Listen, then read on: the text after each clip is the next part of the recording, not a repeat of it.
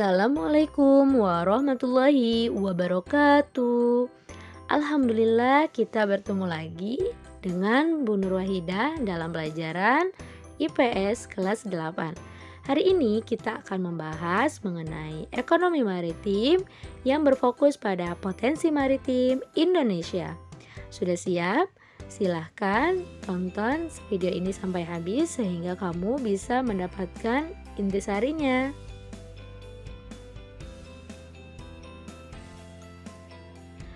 Pengertian negara maritim. Maritim memiliki arti kepulauan, yaitu sebuah negara yang berada pada kawasan atau teritorial laut yang sangat luas dan memiliki banyak pulau. Indonesia bahkan sudah diakui sebagai negara kepulauan atau maritim terbesar di Asia oleh masyarakat internasional. Indonesia sebagai negara maritim terbesar di dunia yang hampir 2/3 wilayahnya merupakan lautan. Bahkan sejarah mencatat bahwa nenek moyang kita telah menjadi pelaut-pelaut yang handal hingga dapat berlayar ke Madagaskar dan menjadikan setiap daerah memiliki berbagai tipe macam perahu dikarenakan vitalnya lautan bagi Indonesia. Laut menjadi mata pencarian masyarakat. Untuk itu, sebagai sumber potensi vital perdagangan dan perekonomian negara, harus sebagai negara kita mempersiapkan pertahanan laut. Nah, mengingat besarnya potensi tersebut, kita sebagai Indonesia atau sebagai negara maritim perlu memperhatikan hubungan baik politik serta berbagai kebijakan yang berdampak baik bagi perekonomian Indonesia dalam fokus maritim. Pada tahun 1957 ada deklarasi Juanda yang menyatakan bahwa letak geografis Indonesia adalah negara kepulauan yang terdiri dari kepulauan besar dan kecil dengan sifat dan coraknya tersendiri. Demi keutuhan teritorial dan untuk melindungi kekayaan negara yang ada di dalamnya, pulau-pulau dan laut dianggap sebagai satu kesatuan. Jadi meskipun dipisahkan oleh lautan, tetapi dianggap sebagai satu kesatuan. Perairan laut Indonesia berdasarkan Konvensi Hukum Laut Internasional di Jamaika tahun 1982 dibagi menjadi 3 bagian, yakni batas laut teritorial, batas landas kontinen, dan zona ekonomi eksklusif. Yang pertama, batas laut teritorial yaitu 12 mil dari titik terluar sebuah pulau ke laut bebas. Indonesia memiliki kedaulatan atas air, bawah laut, dasar laut, dan udara termasuk kekayaan di dalamnya. Yang kedua, batas landas kontinen sebuah negara yang paling jauh yaitu 200 mil dari garis dasar laut bebas dengan kedalaman tidak lebih dari 200 meter. Sedangkan yang ketiga, zona ekonomi eksklusif atau ZEE ditarik dari titik terluar pantai sebuah pulau sejauh 200 mil. Nah, dari zona ekonomi eksklusif adalah daerah yang Indonesia memiliki hak untuk mengolah atau mengambil kekayaan di dalamnya. Selain ketiga wilayah tersebut, ada wilayah di antara kepulauan Indonesia yang juga menjadi hak Indonesia yaitu Laut Jawa, Selat Sunda, Selat Makassar, dan Laut Banda. Untuk kepentingan persahabatan antar negara dalam Konvensi Hukum Laut Internasional, maka ditetapkan adanya lintas damai melalui laut teritorial. Lintas damai ini adalah jalur wilayah laut teritorial yang boleh digunakan oleh pihak asing sepanjang tidak merugikan bagi kedamaian, ketertiban, dan keamanan yang tertuang dalam alur laut kepulauan Indonesia. Nah, kalian pernah dengar kan ada beberapa perahu-perahu asing yang mengambil hasil laut Indonesia? Maka sebagai negara maritim sudah seharusnya Indonesia mempertahankan batas teritorialnya bahkan di laut. Jadi seperti kita pernah tahu kasusnya Ibu Susi yang menenggelamkan kapal-kapal asing yang melanggar daerah teritorial kelautan Indonesia sebagai bentuk penjagaan kekayaan Indonesia. Kemudian, sebagai negara kepulauan dan dalam membangun perekonomian senantiasa dilandasi oleh aktivitas pelayaran. Aktivitas pelayaran ini penting bagi Indonesia disebabkan keadaan geografisnya. Untuk sehari-hari, kebutuhan sehari-hari, mencari nafkah, kemudian sebagai alat transportasi, itu pelayaran penting bagi Indonesia ya, yang karena kita berada letaknya jarak antara pulau dengan pulau lain untuk berinteraksi, maka alat transportasinya adalah alat pelayaran ya, seperti perahu, kemudian ada sampan dan lain sebagainya. Berdasarkan posisi negara kita yaitu berada di jalur persilangan, ini memiliki potensi yang sangat besar, yang berarti laut menjadi vital bagi pertumbuhan dan perkembangan perekonomian Indonesia, yakni bisa dimanfaatkan menjadi lintas jalur dagang. Kemudian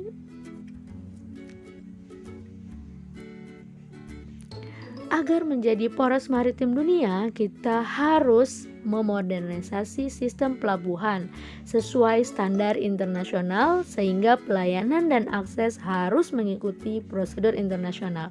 Agar kemaritiman kita itu menjadi lebih baik, maka kita perlu dan harus mau memodernisasikan sistem pelayaran kita sehingga bisa diterima oleh negara-negara dan bersaing di dunia internasional.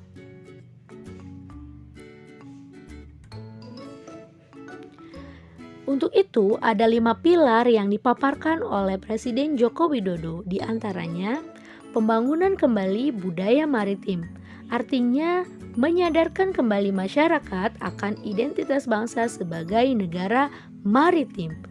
Yang kedua, komitmen menjaga dan mengelola sumber daya laut, yakni berfokus pada pembangunan kedaulatan pangan laut dan pembangunan industri perikanan. Yang ketiga, komitmen mendorong pengembangan infrastruktur dan konektivitas maritim dengan membangun tol laut, pelabuhan laut, logistik, dan industri perkapalan serta pariwisata maritim.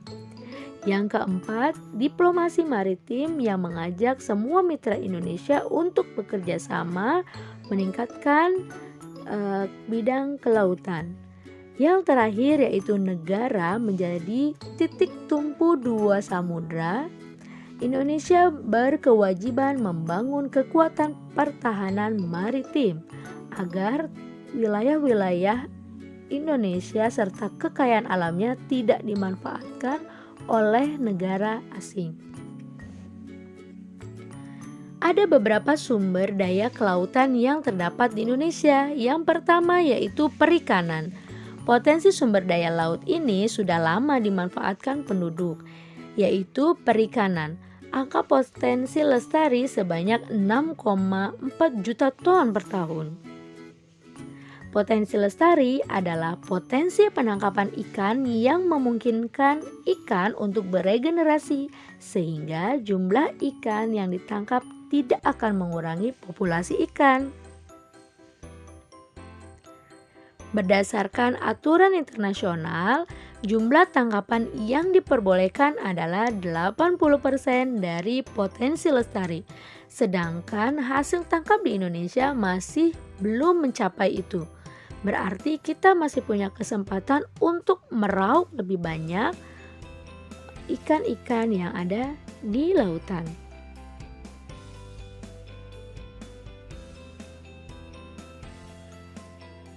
Namun karena belum maksimal dengan adanya kapal-kapal atau sistem yang belum maksimal, sehingga mengambil kekayaan ikan itu belum maksimal. Nah, sekarang kita akan membahas tentang sebaran perikanan di Indonesia. Di Indonesia ini terbagi menjadi dua untuk sebaran perikanannya. Yang pertama bagian barat dan bagian timur. Di bagian barat rata-rata kedalaman 75 meter. Yang jenis ikan yang ditemukan adalah ikan pelagis kecil. Sedangkan bagian timur kedalaman laut 4000 meter, jenis ikan pelagis besar seperti tuna dan cakalang itu yang banyak ditemukan. Selain kedua ini perikanan, ada lagi potensi pengembangan lainnya. Yang pertama yaitu budidaya laut atau bisa disebut juga budidaya ikan. Yang pertama ada ikan kakap, ikan kerapu, dan ikan gobia. Serta pengembangan bioteknologi kelautan, yaitu pengembangan untuk industri bahan baku makanan, industri bahan pakan alami, benih ikan dan udang, serta industri bahan pangan. Dari budidaya laut yang dibudidayakan terdiri dari moluska, yaitu kerang-kerangan, mutiara, serta teripang. Yang kedua adalah budidaya rumput laut.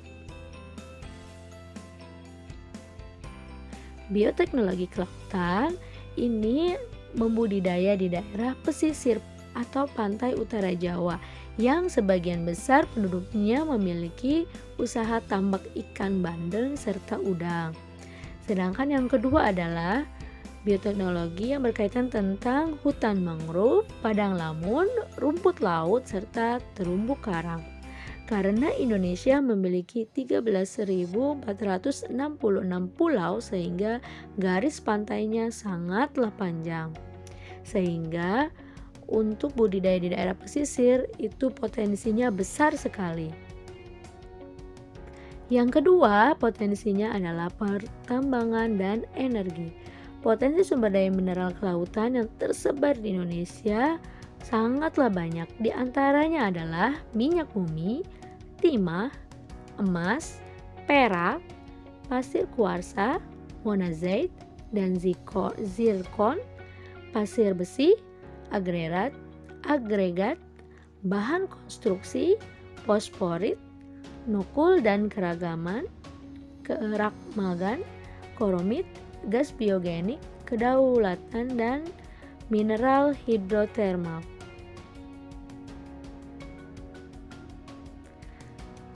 Yang ketiga yaitu perhubungan laut. Potensi terakhir adalah perhubungan laut, yakni transportasi laut sangat penting bagi perdagangan internasional maupun domestik. Transportasi laut juga membuka akses dan menghubungkan antar wilayah pulau, baik yang sudah maju maupun yang terpencil atau terisolasi. Jadi perhubungan laut ini benar-benar penting, walaupun misalnya kita belum ke ranah internasional, tapi transportasi laut atau perhubungan laut ini sangat penting bagi mobilisasi masyarakat Indonesia di dalam negeri atau khususnya. Kemudian, sebagai negara kepulauan, transportasi menjadi sangat penting. Namun, armada yang dimiliki Indonesia belum memadai dari segi jumlah, terlebih dalam menghadapi era perdagangan bebas. Perlu adanya kebijakan yang kondusif. Nah, ini saran-saran solusinya ya. Yang pertama, perlu kebijakan yang kondusif untuk industri pelayaran. Yang kedua, meningkatkan SDM atau sumber daya manusia yang menangani transportasi kelautan. Serta yang ketiga, diperlukan industri maritim dan dirgantara atau udara untuk dapat membantu memproduksi kelancaran transportasi antar pulau.